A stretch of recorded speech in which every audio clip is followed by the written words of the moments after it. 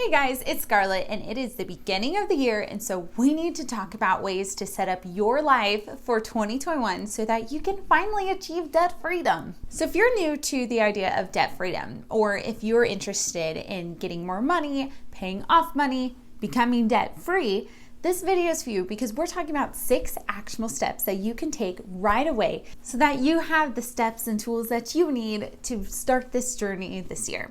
As a reminder, I'm Scarlett, the founder of 30 Investing, a website where I educate women about real estate investing, money management, budgeting, and everything in between with personal finance. You can check the link down in the description below. So let's start with number 1. So when it comes to the beginning of the year and getting yourself reset, right? You want to get back into this routine of saving money, budgeting money, or even getting started. Where do you need to start? So the first of these 6 steps is to check your credit score. Some financial gurus say it's not super important to worry about your credit score because their focus is on paying everything in cash. However, I know for me, with being in rental investing and the amount of wealth that we want to grow, having a good credit score is really important. The first step this year, I would advise, is for you to just know your credit score. There are lots of different ways that you can figure out your credit score. These are a few options here. But the key here is to make sure that you can get one that is for free and one that doesn't affect your credit score. There are ones out there that do, and so you just want to watch out for ones. I personally have used Credit Karma, and my husband does as well. It's super easy and it's free. You can check out a link down below so you can go check your credit score right now. So the second one that you need to do is to check your net worth. Now, when it comes to your credit score, that's kind of like a snapshot of your financial situation. You know, how much debt you've had, but then how much debt you've been able to pay off. It's kind of looking at everything from the head down. But with your net worth is essentially your snapshot of your assets and liabilities. So it's talking about how much debt you have, how many liabilities you have in your assets, and how much cash you have. And it gives you a number, essentially, of what you're worth. So a lot of people, if you have a lot of debt to your name, you might be in the negatives, and it can be a scary thing. So a lot of people do avoid checking their net worth because they know that it's not a positive number.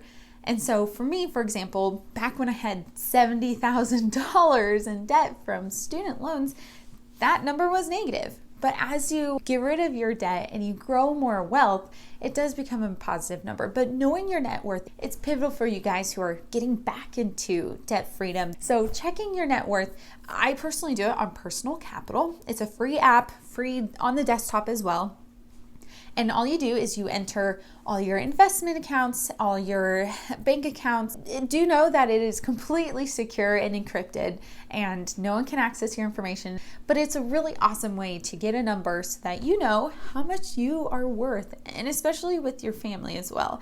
But that way you can create financial goals around this and you can watch yourself grow in this journey of yours. So the next step that I would recommend is to make sure you have your emergency fund. If there's one thing that 2020 taught us, it's that you never know what's gonna happen next, right? So many people who didn't have an emergency fund really struggled. And thankfully, I, along with a lot of other people in the debt-free community, were very blessed to already have an emergency fund.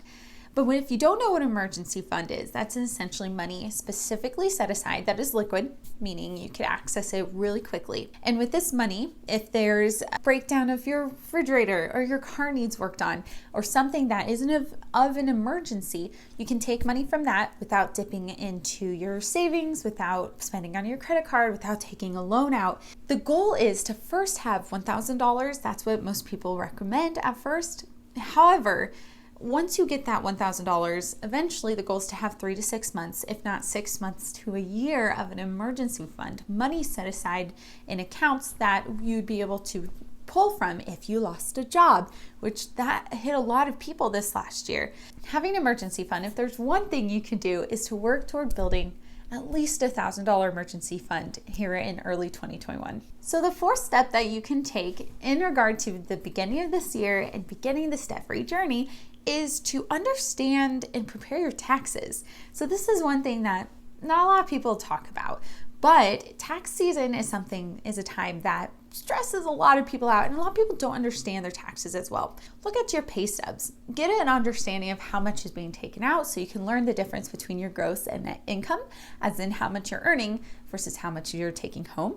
If you're someone who's starting up a side business, it's important that you learn about your self-employment taxes, or to learn about the taxes that you need to pay quarterly. There are a lot of things that people miss out when it comes to taxes. You don't have to be your own accountant. Just getting an understanding of your own personal tax situation, especially if you've built up any side hustles throughout this last year. Now, the fifth step that I'm going to talk about is extremely important, and this is to get an accountability partner. So you can find an accountability partner pretty much anywhere. An accountability partner is someone who you can have either monthly check-ins, you can meet with them every so often, someone who is there to root you on and to keep you accountable, right? An accountability partner. So for a lot of people, your spouse is an easy option, someone who could be your accountability partner. That's who is mine.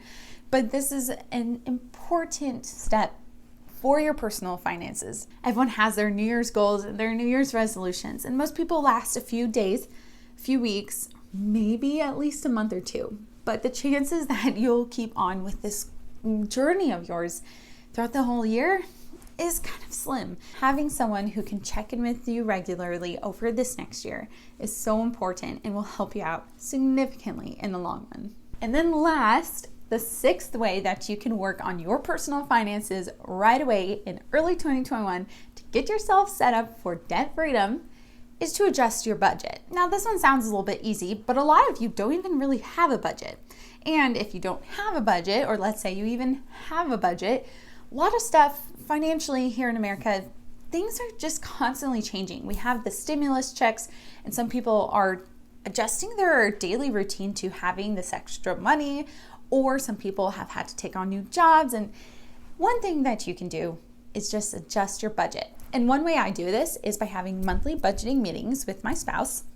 We just sit down. Sometimes we would go to get coffee. And so it's just something where you sit down and you talk about how the last month went, what type of expenses and everything is coming up this next month, and ways that you can improve. It may be, for example, setting up a sinking fund, or maybe saving up for a big vacation, or saving up for birthdays for the year. So just getting a good idea of your new budget, especially knowing that there's just a lot of weird things happening in our country right now. And so getting a good idea of your current budget and what life will look like in the next month, the next 6 months, and then setting some budgeting goals, some goals of saving money, and knowing what you're going for and what your goals are for 2021. Okay, you guys, so hopefully this gives you a few ideas of what to start working on and what you can do right away for getting yourself started for debt freedom this year. Be sure to go check out the other videos in my Budgeting for Beginners series on this YouTube channel. Thanks for watching.